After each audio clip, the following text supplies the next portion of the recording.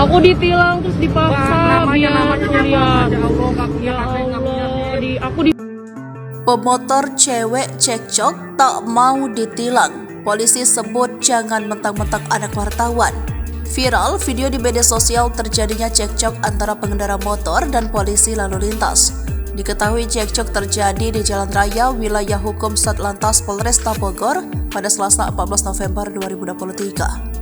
Pada video pertama, tampak si pengendara motor yang merekam momen itu meminta kepada polisi lalu lintas yang melakukan tilang untuk dimaafkan dan tidak dilakukan tilang.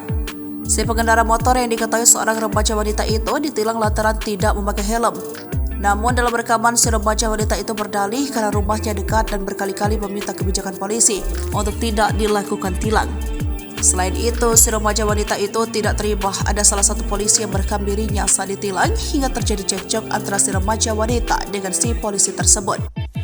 Sedangkan dalam video yang kedua yang merupakan video rekaman dari si polisi lalu lintas, dalam video itu si polisi merasa menegakkan aturan saat melakukan tilang. Dalam narasi di video itu, si polisi lalu lintas mengaku si pengendara motor remaja wanita itu tidak memakai helm dan ngotot tidak mau ditilang.